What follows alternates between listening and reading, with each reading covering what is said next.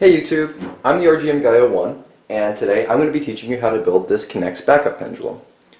The concept for the Kinect's backup pendulum is actually pretty simple. Basically, we put this backup pendulum as a delay on a separate line around, say, a risky domino setup or a machine table, so that if the table or setup fails, this delay acts, and then once the fail has occurred, it continues the line so that there isn't a break in the overall setup.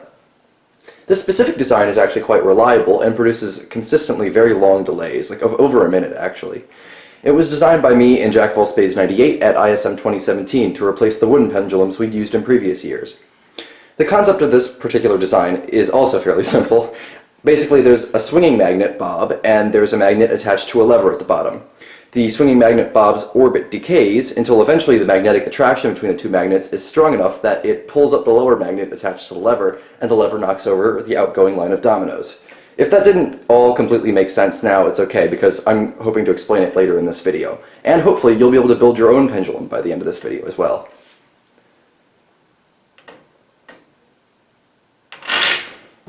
So this is probably the simplest part of the pendulum actually. It's the framework, which is made almost entirely out of red rods and gray snap connectors. You're going to need just under 50 of each. Though if you don't have that many red rods, you can use blue rods. 2 blue rods connected by an orange connector also works. This should be fairly easy to recreate just by looking at the video. Aside from the structure itself, there are a few other modules that we're going to add. I'm going to go through them now in increasing order of complexity. So here we just have 3 orange connectors and 2 green rods connected together. These are going to be the guide for the bob, so we're just going to snap them onto this red rod here. Here we have this red rod module. This is another fairly simple module. This just prevents this red rod here, this one, from rotating, because we take this back here and attach it to the gray rod, like so. Here's a closer look of what that should look like, roughly. The next piece is fairly simple. It's just 2 blue rods and an orange connector with a green rod in the center. So you thread the string through the central hole of the orange connector and then jam the green rod through to hold the string in place. If you want to adjust the length of the string, you can pull the string more and then jam the green rod back in. We attach this to the top of the pendulum here, so that when we move it back to the table, it should be about 3 inches above the table. Now that we've added the bob, it's important that we make sure this guide, the orange, actually properly guides the bob. So you can see right now, when I put this bob all the way back, it slips over the top of the guide, which means the guide's not doing its job effectively. So what we need to do is we need to raise the guide up a bit so that it's guiding the bob properly. Now when we put it back there, you see it pushes it off to the side, and it creates that rotational motion that keeps the pendulum going for longer. This next module is one of the more complex ones. This red rod is going to release the bob from behind the guide. I'm just going to let you take a good look at it. It shouldn't be too difficult to recreate based on the video. Note that these 2 black connectors are necessary to keep it from sliding along the red rod, and they can be used to adjust its location on the red rod as well. And then here is the bottom part of that lever.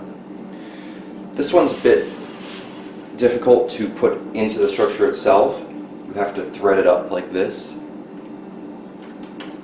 and then the red rod at its base is attached to the base of the structure itself so that it can rotate like this. Now if we bring the bob back, you can see how this one holds it in place, like so. The last module does look a bit more complex. It's the output of the pendulum. So you can see there's 2 gray rods like this, and they're connected to these 2 triangular structures of Kinects. These 2 triangular structures are approximately 1 blue rod's length apart, like so. They're as far apart as they can get, and then they have 2 white rods sticking out of the top like that. The actual moving part of the structure is this lever. I have 2 blue end caps on the ends, 2 gray connectors, 2 blue spacers, 2 orange connectors connected like this. These are all snapped on. These are connected to blue rods, which are connected to this gray connector, and then a final orange connector in the center, which is connected to a magnet on the bottom. So what you do is you're going to take the gray connectors and you're going to snap the gray connectors to the white rods. like so. So now, when something pulls up on the magnet, this gray connector on the bottom kicks outwards like that. And then you can place a domino in this area and it'll knock that domino over. And connect it to the pendulum itself by snapping the orange connectors onto the red rod at the base. As you can see, the magnets are already connected to the one on the bottom there. So the magnet comes down and the domino will be placed right here so that when the magnet connects, it'll knock the domino over. So just some final details. We've built the entire pendulum now. You can adjust the length of the string here by pulling out this green rod and pulling the string up and then jamming back in. So that allows you to easily adjust how long the string is. Adjusting the weight of the pendulum bob, so basically adjusting the weight of the magnets on the end, can determine how long the pendulum swings. If it's heavier, it tends to swing for longer. You can also adjust the location of the magnet on the bottom here. You can move these left or right. You can see I actually had to move these two gray rods this way a bit, so I actually had to attach this gray rod to this red rod instead. You may have to do some minor adjustments like that in order to make sure when the magnet comes down it's right in the right place to connect to this magnet that's attached here.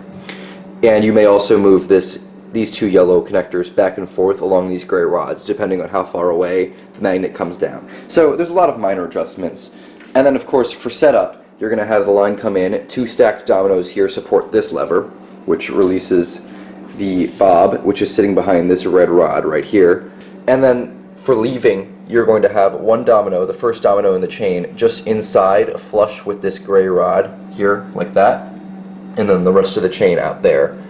The magnet I'm using is actually very strong, and it kicks it with significant force. If you have weaker magnets, what you may have to do is lengthen the string so that they can get closer together at the bottom, because if they're too far apart, the magnets may not actually attract, and then the pendulum won't work. Alright, so now that we've got everything set up, here's what the pendulum should look like when run.